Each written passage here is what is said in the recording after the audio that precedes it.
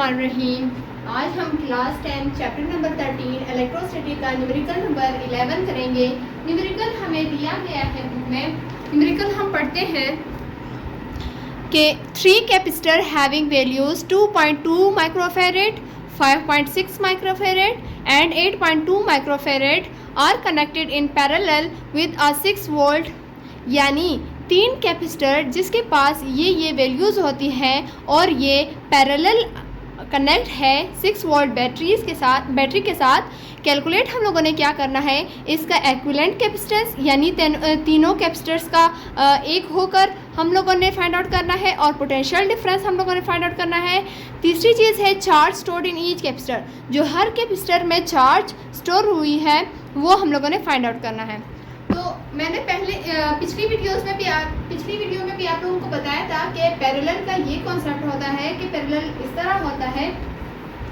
तो इसमें हम लोगों को इस न्यूमेरिकल पे हमें ये बताया है कि इसमें इक्विवेलेंट कैपेसिटेंस क्या है, इसमें इक्विवेलेंट कैपेसिटेंस क्या होगा, यानी C1, C2, C3 इनको जब हम लोग प्लस करते हैं तो इनका जो है ना इक्विवेलेंट कैपेसिटेंस निकलता है।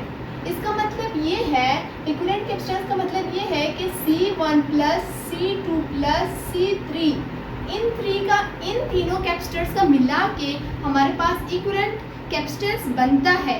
हम लोगों ने ये बताना है, एक ये चीज़ हम लोगों ने बतानी है। दूसरी चीज़ पोटेंशियल डिफरेंस इसमें क्या है, जो कि जिसको हम लोग कैपिटल V से डिनोट करते हैं, वो है हमारे पास 6 वोल्टेज।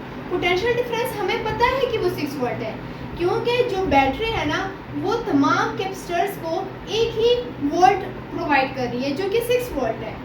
तीसरी चीज़ है, हम लोगों ने हर चार्ज फाइंड आउट करना है कि हर कैपेसिटर में कितना चार्ज है।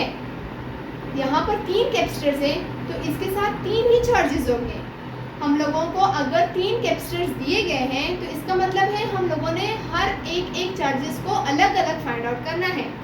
C1 के साथ Q1 वाला चार्ज फाइंड आउट करेंगे, C2 के साथ Q2 वाला चार्ज फाइंड आउट करेंगे, C3 के साथ हम लोगों ने Q3 को फाइंड आउट करना है। अब यहाँ पर हम लोग आ जाते हैं कि जब हम लोग न्यूमेरिकल पढ़ते हैं तो सबसे पहले हम लोग इसमें एक डेटा कलेक्ट करते हैं। डेटा में हमें दिया गया था कि 3 कैपेसिटर्स है, जो कि C1 है वो 2.2 माइक्रोफैरेड दिया गया था। यहाँ पर भी देखें C2 जो कि दूसरा कैपेसिटर था वो हमें 5.6 माइक्रोफैरेड दिया गया था। तीसरी चीज़ जो C3 थी, जो C3 कैपेसिटर है वो हमें 8.2 माइक्रोफैरेड दिया गया है। यहाँ पर हम लोग माइक्रो को चेंज नहीं करेंगे, क्योंकि जो हमारा इक्विवेलेंट कैपेसिटेंस होगा उसका आंसर भी हम लोग माइक्रोफैरेड में लाएंगे, इसलिए यहाँ पर हम लोग इसको 10⁻⁻6 में कन्वर्ट नहीं कर रहे हैं। दूसरी चीज़ जो हमें दी गई है पोटेंशियल डिफरेंस, जिसको हम लोग कैपिटल V से डिनोट करते हैं, वो हमारे पास 6 वोल्ट है। ये 6 वोल्ट तमाम कैपेसिटर्स तमाम चार्जेस को इक्वल प्रोवाइड हो रहा है। ये जो वोल्टेज है ना, ये जो बैटरी है वो हर एक कैपेसिटर हर एक चार्ज के साथ कनेक्ट है, तो इसलिए वो सिर्फ 6 वोल्ट ही देगा, किसी में डिफरेंट नहीं होगा, सबका इक्वली वोल्टेज होगा जो कि 6 वोल्ट होगा।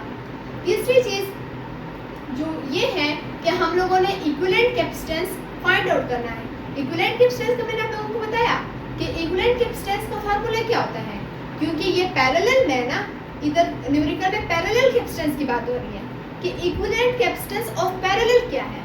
तो पैरेलल में हमारे पास वो सीधे लाइन में आएंगे, जिस इक्विवेलेंट का मतलब ये है कि C1 को C2 में प्लस करो, C2 को C3 में प्लस करो, तब हमारे पास ये इक्विवेलेंट कैपेसिटेंस बनेगा।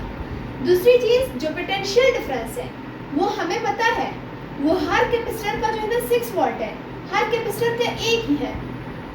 और तीसरी चीज़ हम लोगों ने फाइंड आउट करना है चार्ज हमारे पास 3 है, क्योंकि कैपेसिटर्स हमारे पास 3 है, तो हम लोग Q1 को अलग फाइंड आउट करेंगे, Q2 को अलग फाइंड आउट करेंगे, Q3 को अलग फाइंड आउट करेंगे।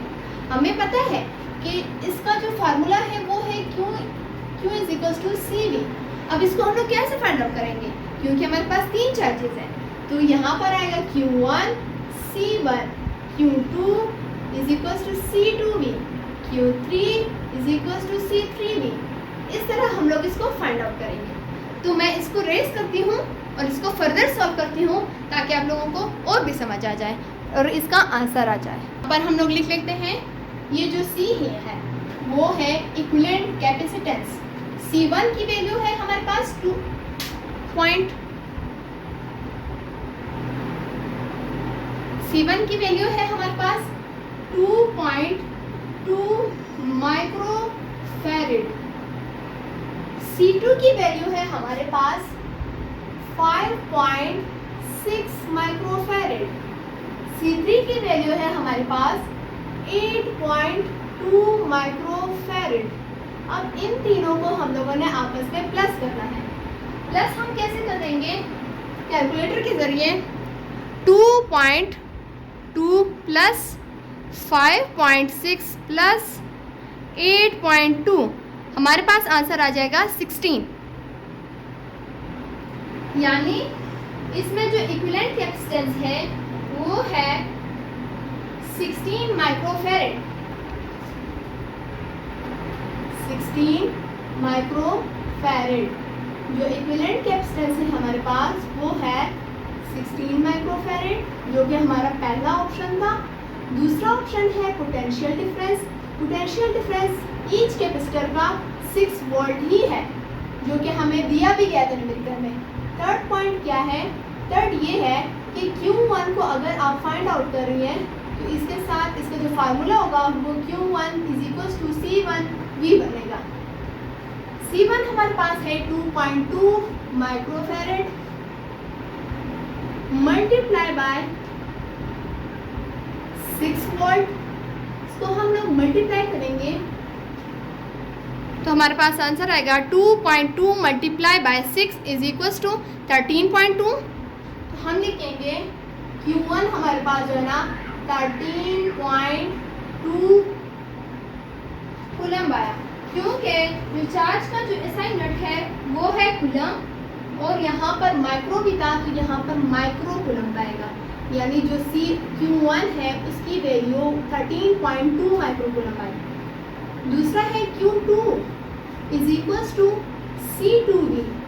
Q2 हम फाइंड आउट कर रहे हैं तो C2 की वैल्यू हमारे पास क्या है? यहाँ पे है 5.6 माइक्रो कूलम इनटू वोल्ट, हमारे पास 6 वोल्ट था। इसको अब हम आपस में मल्टीप्लाई करेंगे तो हमारे पास आंसर आएगा simple bracket 5.6 into simple bracket 6 multiply by 33.6 तो आया। अब यहाँ पर लिखेंगे Q2 = 33.6 माइक्रो कूलम, सॉरी यहाँ पर फैरेड है। यानी हमारे पास जो Q2 की वैल्यू है वो है 33.6 माइक्रोफैरेड।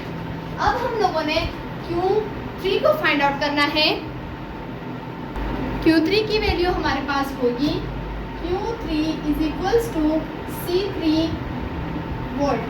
C3 हमारे पास कितना है? 8.2 माइक्रोफैरेड। ये है हमारे पास C3 और V हमारे पास है 6। इनको हम आपस में मल्टीप्लाई करेंगे तो हमारे पास Q3 आ जाएगा।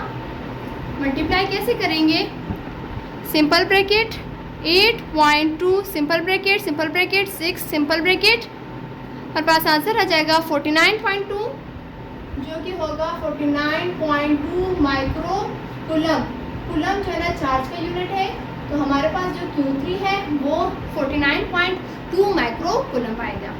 तो यहाँ पर मैं सारा लिखती हूँ एक जगह पर कि इक्विवेलेंट कैपेसिटेंस हमारे पास कितना आया था, जो कि फर्स्ट वाला था वो था 16 माइक्रोफैरेड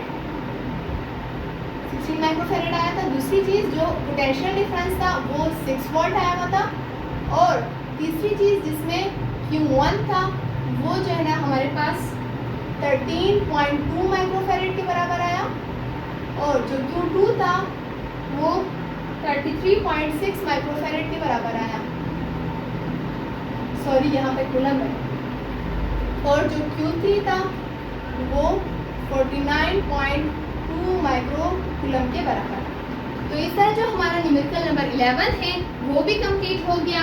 होप सो कि आप लोगों को समझ आ गया होगा।